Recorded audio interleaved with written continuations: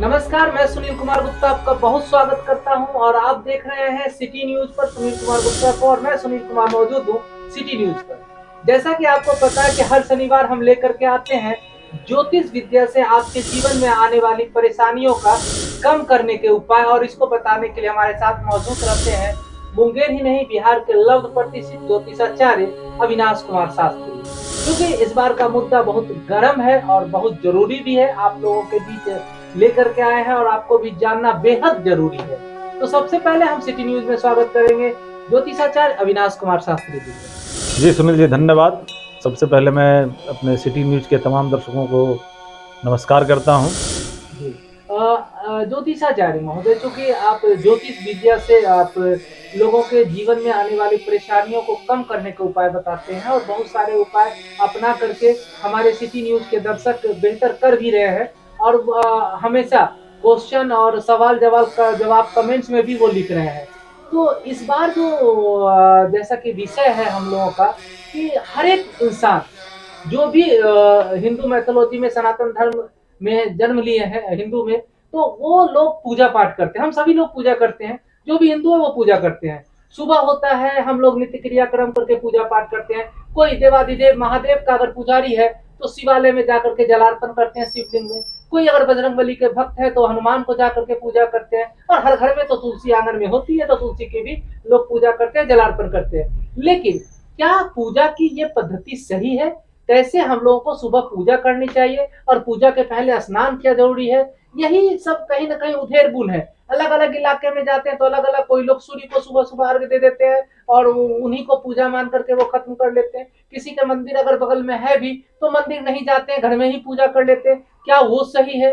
आपके जो जीवन में सुबह उठते हैं कैसे पूजा करनी चाहिए और पूजा का सटीक पद्धति क्या है, ये हम सवाल आपसे करेंगे और दर्शकों को भी आप बताएंगे। अविनाश शास्त्री जी, ज्योतिषाचार्य अविनाश कुमार शास्त्री जी, पूजा की सटीक पद्धति क्या है?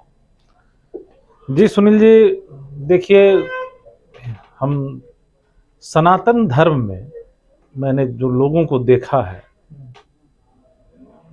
तो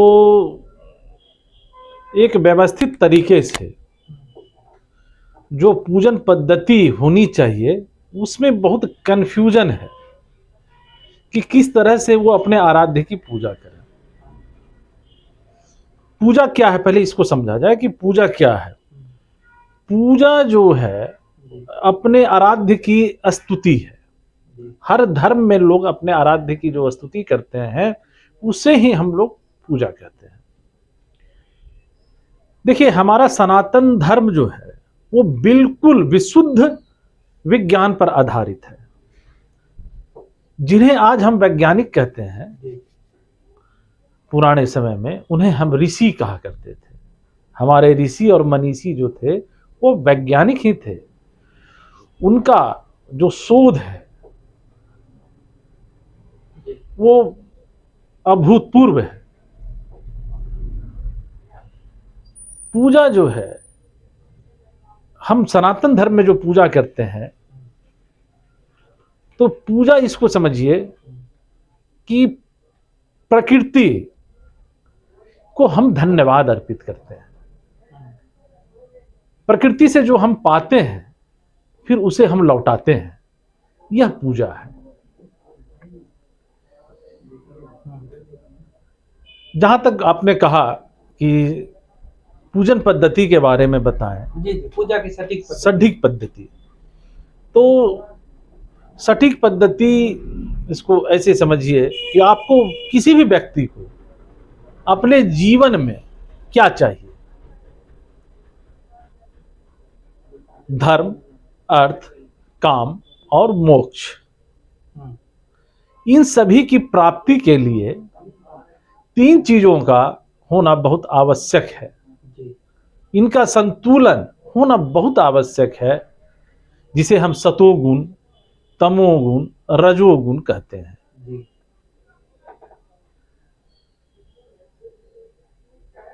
अगर पूजा एक ऐसी पद्धति है जिसमें हमारा शारीरिक और आत्मिक विकास होता है। पूजा को सिर्फ मनोकामनाओं की पूर्ति का साधन नहीं समझा जाए। प्रायः लोगों के मन में होती है कि हम पूजा करेंगे तो हमारी कामना पूर्ण होगी। नहीं, पूजा को सिर्फ कामनाओं की पूर्ति का माध्यम नहीं समझें। पूजा एक वैज्ञानिक तरीका है अपने आप को शरीर और आत्मिक रूप से सबल बनाने का। फिर आपको स्वयं ही धर्म, अर्थ और काम मोक्ष की प्राप्ति हो जाती है। रही बात है कि अब हम आते हैं अपने मुख्य विषय पर या मुख्य मुद्दे पर कि पूजन पद्धति क्या और कैसी होनी चाहिए। देखिए, पहले जो कब हमारे प्राचीन काल में, पहले जब लोग लगभग उषा काल में उठते थे ब्रह्म मुहूर्त में, और साया काल जब सूर्यास्त के बाद सो जाते थे, तब बात अलग थी। त्रिकाल संध्या का नियम था, 3 समय पूजा करने की विधि थी। लेकिन वर्तमान का जो दौर है, वर्तमान परिप्रेक्ष्य में समय काफी आधुनिक हो चुका है। अब तो रात भी दिन के ही समान है। तो जिस प्रकार विज्ञान में हमेशा शोध या किसी भी क्षेत्र में शोध और संशोधन होता रहा है, तो धर्म भी एक ऐसा विषय है कि उसमें भी शोध और संशोधन समय के हिसाब से अवश्य होना चाहिए। जो लोग बहुत सारी बृहत पूजा नहीं कर पाते हैं, तो मेरी उनको सलाह है या मेरा उनको परामर्श है, आज जो मैं बताऊंगा उन्हीं के लिए बताऊंगा कि हर समय, मैंने तो बहुत सारे ऐसे लोगों को देखा है जो सुबह उठते हैं और पूजा क्या है वो भी नहीं। आजकल के आधुनिक परिवेश में जो बच्चों का जो आज संस्कार है, या मैं जो देख रहा हूँ कॉन्वेंट में पढ़ने वाले लड़कों को, तो पूजा पद्धति क्या है नहीं है उससे विमुख हो रहे हैं। तो इसको ऐसे तो सबसे पहले समझिए कि क्या है, हमें क्या करना चाहिए।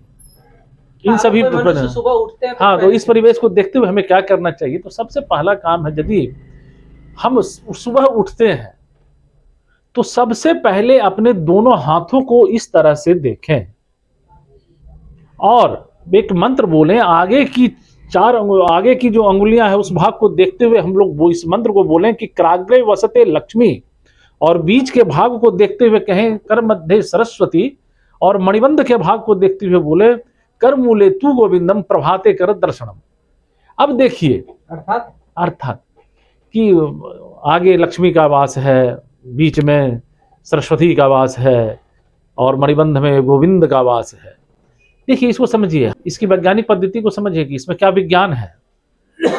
हमारा जो सनातन धर्म है यह पूर्णतः विज्ञान पर आधारित है। जी, हम जब सोते हैं रात्रि में और आंखें बंद होती है तो एक सकारात्मक ऊर्जा का संचय आंखों में हो जाता है, और हम यूं ही आंख खोल देते हैं तो ऊर्जा बेकार चली जाती है। हाथ की लकीरों, यदि हम हाथ की लकीरों पर अपनी आंखों को खोलते हैं तो वो जो लकीर है, समझिए कि एक प्रकार से वायर कनेक्ट है। एक वो जो सकारात्मक ऊर्जा है हमारे शरीर में जो है उसका संचार होता है।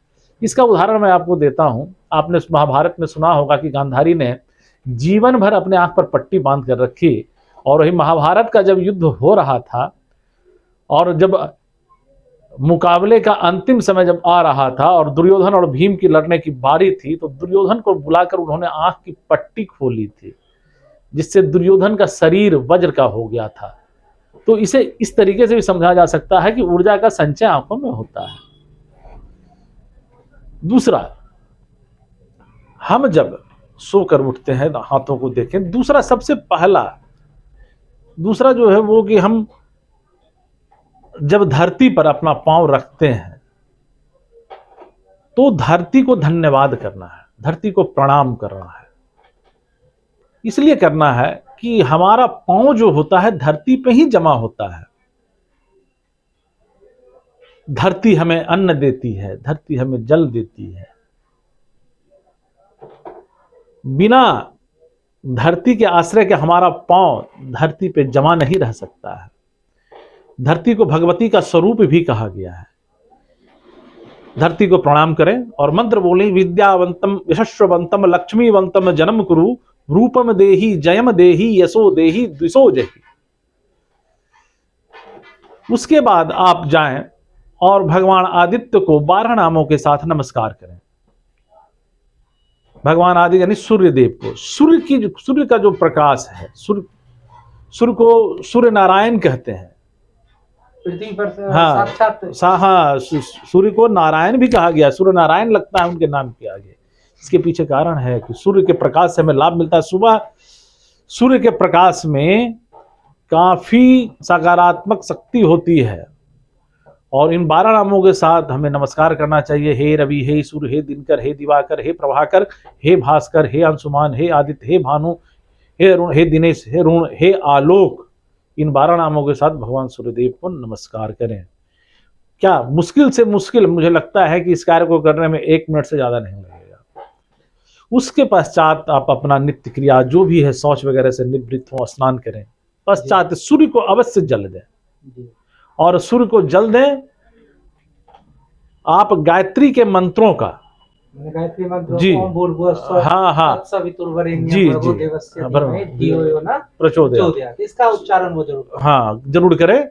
11 बार सूर्य को जल दें और 11 बार गायत्री मंत्र का।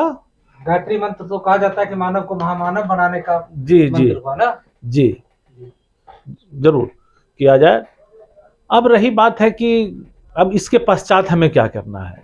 इसके पश्चात हमें एक आसन या जहां भी हम पूजा कक्ष हमारा हो उसे पहले साफ कर लें। जो भी फूल वगैरह पत्तियां वगैरह हैं उसे हटा लें। साफ करने के बाद एक आसन लगाएं और तिलक अवश्य करें। तिलक अगर आप नहीं करते हैं तो इसका फल जो है आपको नहीं मिलता है, ऐसा शास्त्रों में कहा गया है। तो चलिए यहाँ तक तो आपको सही बताया आपने और फिर हम आगे भी बात करते रहेंगे। तो यहाँ तक आपने जो जानकारी दिया बहुत बेहतर लग रहा है कि अगर कोई मनुष्य जो है हिंदू सनातन धर्म के हैं तो अगर सुबह जगते हैं तो रात भर जो आंख बंद होने के बाद आपके अंदर में ऊर्जा का जो संचय होता है उसको आंख खोल करके यूं ही जाया ना जाने दे, इधर उधर ना देखे। आंख खुलते ही कोशिश यही रहे कि दोनों हाथों को सामने करें और उंगलियों और बीच और मध्य ये तीनों इलाके को आपको देखना है। मंत्र अगर आता है तो ठीक है, लेकिन सबसे पहले आपको आंखों से, नंगी आंखों से हाथों को देखना है। इसके बाद आपको पैर जमीन पर रखने से पहले ईश्वर को धन्यवाद करें कि हमें मौका मिला कि पृथ्वी पर फिर हम हैं। तो अगर मंत्र आता है तो बहुत सुंदर, नहीं आता है तो कम से कम पृथ्वी माता को स्पर्श करें और प्रणाम करें। इसके बाद आपके घर के बालकनी हो या आपके घर के तुरंत बाहर निकल करके आप निकल के देख सके, टेरिस पर जाकर के सूर्य का दर्शन अवश्य कर ले। ये 3 चीज तो आपको रोज ही करना है। पहले हाथों को देखना है, पृथ्वी को प्रणाम करना है और सूर्य का दर्शन जरूर करें। और कोशिश करें कि मंत्र आपको सूर्य मंत्र, सूर्य के जो 11 नाम है वो, और अगर आपके घर में तुलसी का ये सूर्य को जल अर्पण करें, गायत्री महामंत्र का जो है उच्चारण करें। अब जो चूंकि पूजा करने की जो स्थान है, क्या वो भी जरूरी है कि पूजा करने के लिए स्थान जरूरी है? जी, घर में अगर देखा जाए, कभी हम लोग फिर वास्तु पे चर्चा करेंगे। हाँ।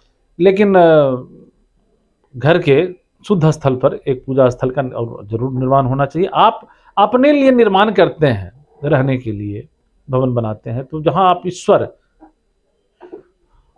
जो आपके संरक्षक हैं, तो क्या उनको आप जो है रहने की सुविधा प्रदान नहीं करेंगे क्या? अच्छा, इसमें एक भी ये भी होता है कि सोमवार, मंगल, बुध, तो उसको दिन के अनुसार भगवान का पूजा करें? नहीं, देखिए वही मैं बता रहा हूँ। हाँ। दिन वो हो गई ग्रहों की बात, हाँ। ठीक है ना, या जो भी है ग्रह, लेकिन जो नित्य पूजा, हाँ, नित्य पूजा की पद्धति पर जो हम लोग चर्चा करें। देखिए आपको जीवन में क्या चाहिए, तो जीवन में जो चाहिए हमें चाहिए, सबसे पहली बात क्या है कि कहा जाता है कि धर्म अर्थ काम मोक्ष। तो धर्म क्या, धर्म को पहले समझें कि धर्म क्या। धर्म क्या घंटी बजाना धर्म है, या अगरबत्ती जलाना धर्म है, या टीका लगाना धर्म है? धर्म यानी अपने कार्य प्रणाली को विकसित करना, प्रभु को धन्यवाद ज्ञापन करना, ये धर्म जो हमारा, जो कार्यशैली हमारी, वो भी हमारा जो कर्म है वो भी धर्म है। तो जो कर्म हम करते हैं धर्म के रूप में, या जो धर्म करते हैं कर्म के रूप में, उससे हमें किसकी प्राप्ति होती है? धन की, जिसे अर्थ कहते हैं। जब हम धन की प्राप्ति करते हैं तो क्या है? अर्थ से काम, काम यानी क्या? कामना। हमारी जो जरूरतें हैं वो पूर्ण हो जाती हैं। कामनाओं की पूर्ति हो जाती है। और जब कामनाएं पूर्ण हो जाती हैं और कोई इच्छा शेष नहीं रहे जीवन में, तो मोक्ष की प्राप्ति होती है। यही हिंदू धर्म का दर्शन है। तो यहां तक हमारी यात्रा कैसे जारी रहे, यहां तक हमारी यात्रा कैसे पहुंचे, उससे, इसीलिए उससे जुड़े हुए देवताओं की उपासना करने का विधान है। अब मैं बताता हूं आपको। जैसे बैठे देखिए, शतोगुण, रजोगुण, तमोगुण,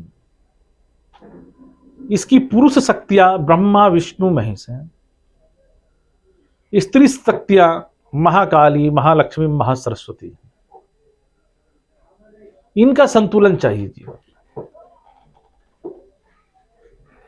दूसरी बात, देवताओं का जो नित्य पूजन का जो विधान है, हमारे आदि गुरु शंकराचार्य ने, जब एक समय था जब अलग अलग संप्रदाय के लोग होते थे।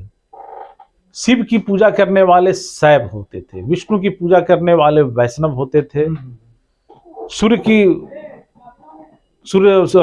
की उपासना करने वाले भी संप्रदाय थे, गणेश की उपासना करने वाले संप्रदाय थे, और भगवती दुर्गा की उपासना करने वाले शाक्त कहलाते थे। तो इन्हें कहा जाता है पंचदेवता। आप आज भी देखते होंगे घर में, अगर किसी सत्यनारायण की कथा हो रही है तो आप देखते होंगे कि 5 पान के पत्ते उठाए, पंडित जी बोलते होंगे, पुरोहित जी बोलते होंगे कि पंचदेवता का पूजन। क्या है पंच?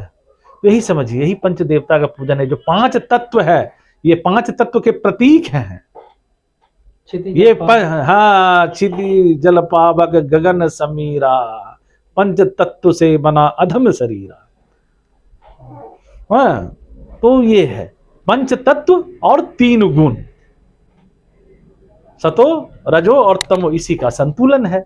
इन्हीं की पूजा करनी है। ये तो हाँ। तो क्या पूजा करने के लिए स्नान जरूरी है? जी बिल्कुल। स्नान, अगर आप बीमार ना हो तो स्नान अवश्य करें। स्नान से शरीर की शुद्धि भी बनी रहती है, मन भी प्रसन्न रहता है। और यदि शरीर अस्वस्थ हो तो घुटने तक आप कम से कम धो लें, और यहाँ तक कोहनी तक अपना जो है धो लें। और उसके बाद थोड़ा सा जो गंगा जल हो तो अपने ऊपर छिड़क ले। अगर शुद्धिकरण का मंत्र आता हो, ओम पवित्र पवित्रो वा, तो उस मंत्र से शुद्धिकरण कर करके आप पूजा कर सकते हैं। अच्छा, घर में जैसे कि लोग एक मंदिर बनाते हैं घर में पूजा के लिए, स्थान लेता है, जैसे आपने कहा कि जरूरी है, तो उसमें कई लोग शंकर जी को भी लगा लेते हैं तस्वीर, तो गणेश का भी रख लिए बगल में, दुर्गा माता को भी रख दिए, संतोषी माता को भी रख दिए, साईं बाबा को भी रख दिए।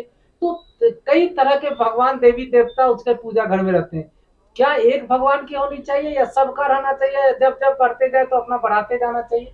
इस पर बड़ा कंफ्यूजन है। ये आस्था का विषय है। अच्छा, हमारे सनातन धर्म में कहा गया है 33 कोटि देवता है। तो देखिए, सनातन धर्म में लोग बहुत आस्थावादी हैं, और हमारे सनातन धर्म में प्रकृति ने जिन भी चीजों से हमें फायदा पहुंचाया, हम उनको ईश्वर तत्व मानने लगे, देव तत्व मानने लगे।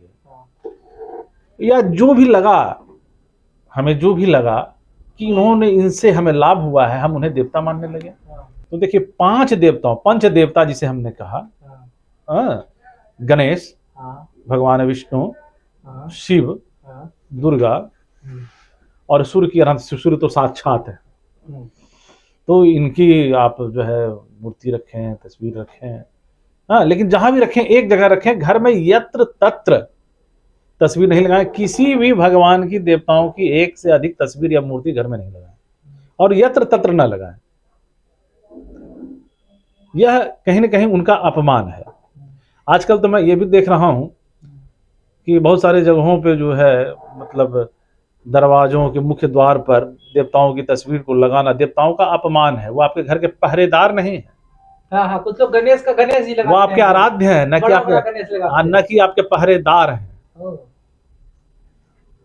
खैर, रही बात है कि पूजा करने के समय क्या करना चाहिए कि जैसे आसन आपने बिछाया, ठीक है ना, हाँ मैंने बताया 2 गुण, तो उसमें क्या है, सतोगुण, तमोगुण, रजोगुण, महालक्ष्मी, महाकाली, महासरस्वती, इसका मतलब समझें, इसकी भी मूर्ति या तस्वीर आप लगाएं। देखिए इसका मतलब समझें, महाकाली, महाकाली क्या है, शक्ति। अगर शरीर में ऊर्जा नहीं होगी तो कोई कार्य आप नहीं कर सकेंगे, ठीक है। महालक्ष्मी, ऊर्जा से क्या है, धन की प्राप्ति होती है, धन नहीं होगा तो कोई काम आपका नहीं होगा। महासरस्वती, अगर बुद्धि और विवेक नहीं होगा तो आपका कार्य संपादित नहीं होगा। तो इनके मंत्रों से अवश्य पूजा करनी चाहिए। पूजा का मतलब सिर्फ भगवान से मांगना नहीं है। मैं फिर एक बार कह रहा हूं, पूजा का मतलब हमेशा समझें कि भगवान से मांगना नहीं है, भगवान से मिलें, भगवान से मांगे नहीं। कहीं किसी भी मंदिर, किसी भी सिद्ध स्थल पर जाए, आप मांगे नहीं, आप उनसे मिलें। मिलने से आपकी हर कामना पूर्ण होगी और मांगने से संशय रह जाएगा। देखिए मेरी इस बात को इस उदाहरण से आप समझें। सुनील जी, जैसे मैं आपके पास जाऊं मिलने, आपके पास जाऊं और मैं कहूं सुनील जी मुझे 2000 रुपये की आवश्यकता है, दें। फिर जब जाऊं फिर कहूं सुनील जी मुझे 5000 की आवश्यकता है, आप मुझे दें। तीसरे बार से आप सोचेंगे कि ये आदमी मेरे यहाँ नहीं ही आए तो अच्छा है। ये जब आता है अपनी कोई ना कोई प्रार्थना लेकर चला आता है, हमेशा पैसे की मदद मांगता है, आप कटने लगेंगे। लेकिन मैं जाऊं और आपसे मिलूं और आपका हाल चाल पूछूं, आपसे प्रेम संबंध प्रगाढ़ करूं, और कभी मैं ऐसे ही मुसीबत में पड़ जाऊं और आपको पता चलेगा तो मेरी प्रति कितनी सिंपैथी होगी आपको कि मेरे बहुत प्रिय आदमी है, मैं चाहता हूं कि आप मेरी मदद करेंगे। जी। तो भगवान से जो है मतलब केवल मांगने के लिए नहीं जाए जी। जैसे कि आप एक प्रकार से आप मान लीजिए कि जैसे जो तीसाचार्य अविनाश कुमार शास्त्री कर रहे हैं कि भगवान जो है, भगवान का घर जो है एक बंद कमरा है, और बंद कमरे में अगर आप कुछ चीज बोलते हैं तो रिफ्लेक्ट होकर के वही चीज आपको सुनाई देती है। तो अगर भगवान के सामने अगर हम अगर जा करके बोलते हैं भगवान हमको दीजिए, तो वो भगवान के पास भी वही आवाज जाती है, भगवान भी कहता है कि तुम हमको दे दो। तो फिर आपको कुछ मिलेगा नहीं। तो भगवान के पास जाना है तो ये मांगिए मत, भगवान के पास बोलिए कि ये लीजिए। क्या देना है भगवान को, आप क्या भगवान को कह रहे हैं कि लीजिए, अपना कोई अवगुण दे दीजिए। अगर कोई मद्यपान करते हैं तो भगवान को कह दीजिए कि मेरा मद्यपान आप हर लीजिए। वो कुछ व्यभिचार रखते हैं, हिंसा रखते हैं, वो दीजिए तो भगवान भी देंगे। अगर आप उस बंद कमरे में बोलेंगे भगवान जी लीजिए, तो भगवान जी भी आपको कहेंगे कि लो ये आप भी ले लो। तो ठीक इसी प्रकार का अन्योनाश्रय संबंध है। तो केवल मांगने के लिए ही ना पहुंचे, अपने आप को सर्वस्व न्योछावर कर दीजिए ना। वो तो परमपिता परमेश्वर और सब कुछ जानने वाले हैं, तो निश्चित रूप से आपको देंगे ही। चलिए बहुत बहुत शुक्रिया, ये अभी जानकारी दे रहे हैं। मिलते हैं यहाँ पर एक छोटे से ब्रेक के लिए और हम यहाँ रुकते हैं छोटे से ब्रेक के लिए। ब्रेक के बाद फिर ना, हाँ चलिए बहुत बहुत धन्यवाद, यहाँ तक आपने जानकारी दी है। हम अब रुकते हैं छोटे से ब्रेक के लिए और ब्रेक के बाद फिर हम जुड़ेंगे अविनाश कुमार शास्त्री ज्योतिषाचार्य जो लब्ध प्रतिष्ठित है बिहार के, इनसे और भी सवाल करेंगे और आप लोगों के जो सवाल है वो भी जवाब देंगे। हम सिटी न्यूज के तमाम दर्शकों से अनुरोध करेंगे, आपको अगर कोई जानकारी लेना हो अविनाश कुमार शास्त्री से तो आप इस एपिसोड के कमेंट्स में जरूर अपना कमेंट करें और क्या आप एक्सपेक्टेशन रखते हैं वो जरूर लिखें, ताकि हम अगले एपिसोड में जब आए तो आपके सवालों का भी जवाब लेंगे और बहुत जल्द हम अविनाश कुमार शास्त्री के साथ आपका सीधा बात भी कराएंगे, लाइव आप लोग जुड़ेंगे।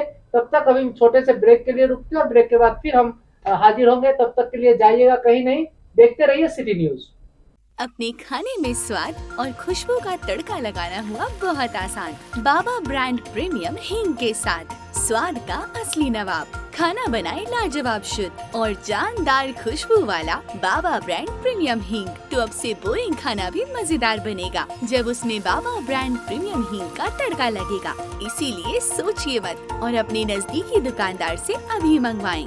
अपने खाने में स्वाद और खुशबू का तड़का लगाना हुआ बहुत आसान। बाबा ब्रांड प्रीमियम हींग के साथ स्वाद का असली नवाब, खाना बनाए लाजवाब शुद्ध और जानदार खुशबू वाला बाबा ब्रांड प्रीमियम हींग। तो अब से बोरिंग खाना भी मजेदार बनेगा जब उसमें बाबा ब्रांड प्रीमियम हींग का तड़का लगेगा। इसीलिए सोचिए मत और अपने नजदीकी दुकानदार से अभी मंगवाएं। ब्रेक के बाद पुनः आपका स्वागत है। आप देख रहे हैं सिटी न्यूज पर ज्योतिषाचार्य अविनाश कुमार शास्त्री को, और इस बार लेकर के हम अभी जो चर्चा कर रहे हैं विषय को कि पूजा दैनिक जीवन में कैसे हम प्रतिदिन करें और कौन से देवी देवताओं को किस प्रकार से पूजन करें।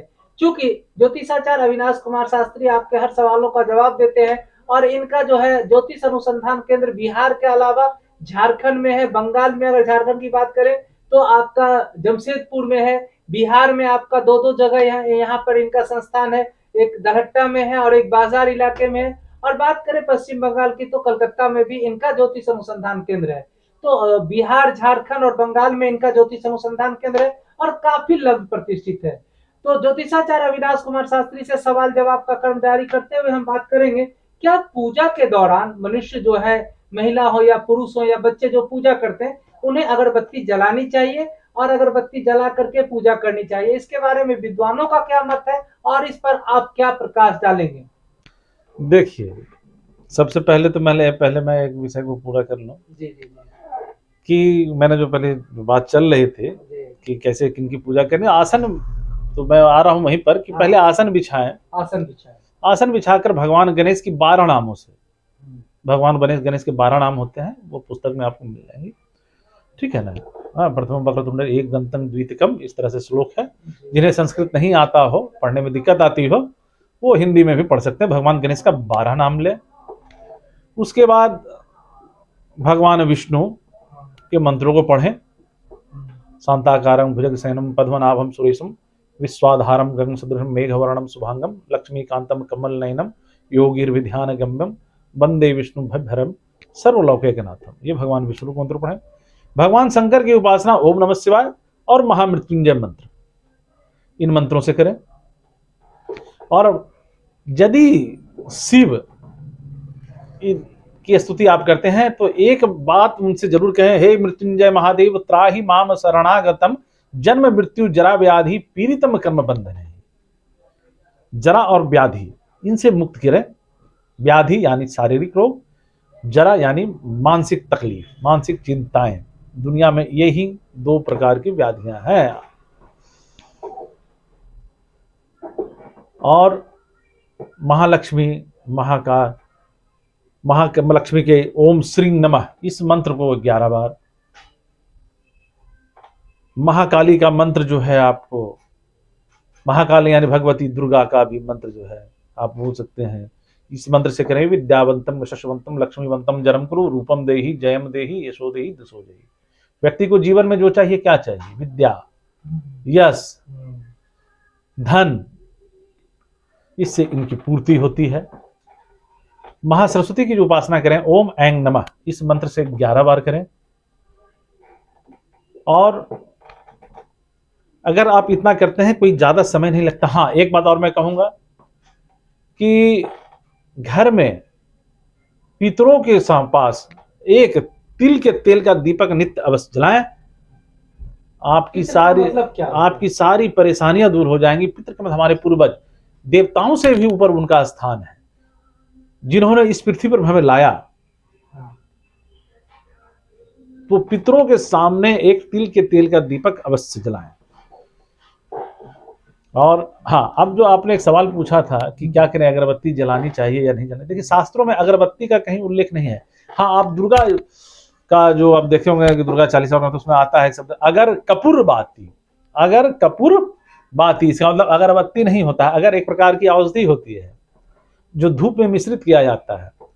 कपूर जिसे हम जलाते हैं, वो भी एक औषधि है, पेड़ के छाल का रस है।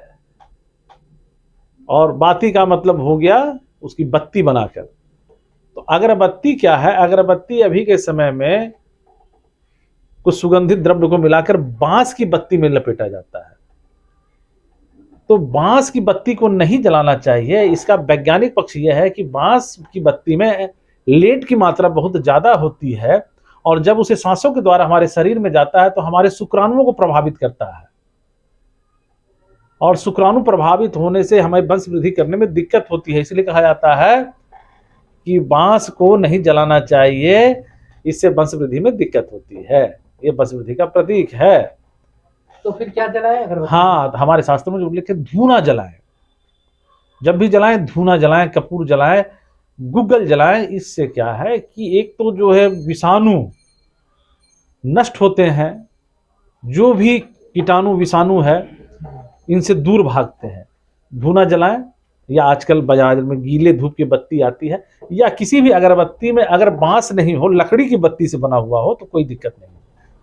ये जैसे हमारे सनातन धर्म में तो बहुत सारे देवी देवता हैं, जी, तो हमें किनकी पूजा करनी चाहिए और इस पर अगर प्रकाश डाले तो बेहतर होगा हमारे दर्शकों को। देखिए सुनिए, मैंने पहले कहा कि पंच देवता, हाँ, पंच देवता, जैसे उस पंच देवता में 3 आपको, हालांकि ब्रह्मा के पूजन का विधान सिर्फ पुष्कर में ही है, ठीक है ना। तो पंच देवता में जो हमारे आ रहे हैं गणेश, हाँ, विष्णु, हाँ, शिव, सूर्य और दुर्गा। हाँ, उसके बाद आपको महाकाली, महालक्ष्मी, महासरस्वती, हाँ, ये 3, इनकी पूजा नित्य करनी चाहिए।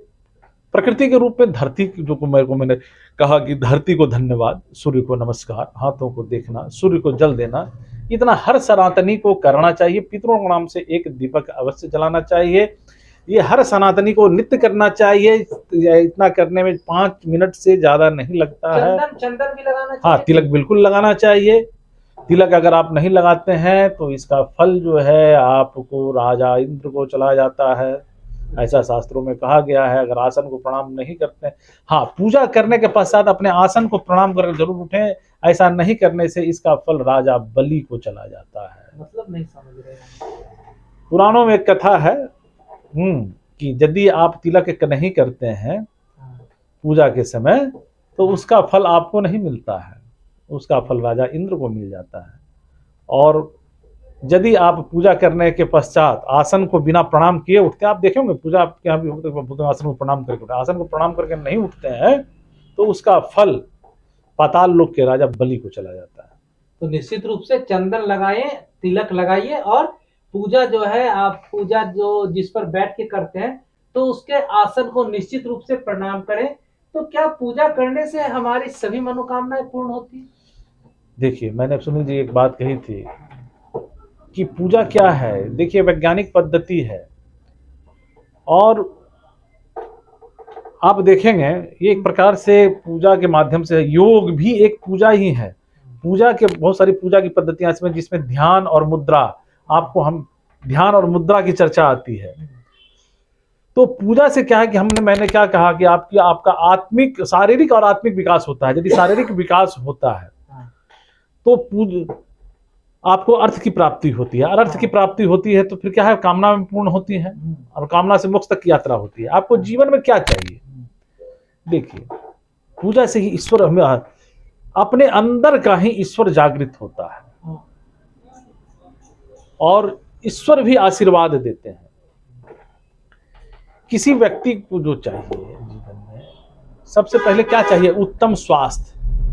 तो पूजा का विधान एक शुभ मुहूर्त में भी कहा गया है कि ब्रह्म मुहूर्त में उठे, ब्रह्म मुहूर्त में जागे, लेकिन सुबह जरूर उठे, सूर्योदय के समय जरूर प्रातः आप जग जाया करें। उत्तम स्वास्थ्य, उत्तम स्वास्थ्य। दूसरा आपको चाहिए अस्थाई आजीविका की प्राप्ति। अस्थाई आजीविका की प्राप्ति के बाद आपका सब कुछ अच्छा है तो फिर क्या चाहिए? प्रभु की कृपा। आप इस धरती पर बने रहें, क्योंकि जीवन अनिश्चित है, यहाँ अनिश्चितताएं हमेशा बनी रहती हैं। कब क्या हो जाए कोई कुछ नहीं कह सकता। तो पूजा के माध्यम से हम ईश्वर से यह प्रार्थना करते हैं और पूजा करने से निश्चित ही अपने शारीरिक और आत्मिक दोनों का विकास होता है और निश्चित रूप से व्यक्ति की मनोकामनाएं पूर्ण होती हैं।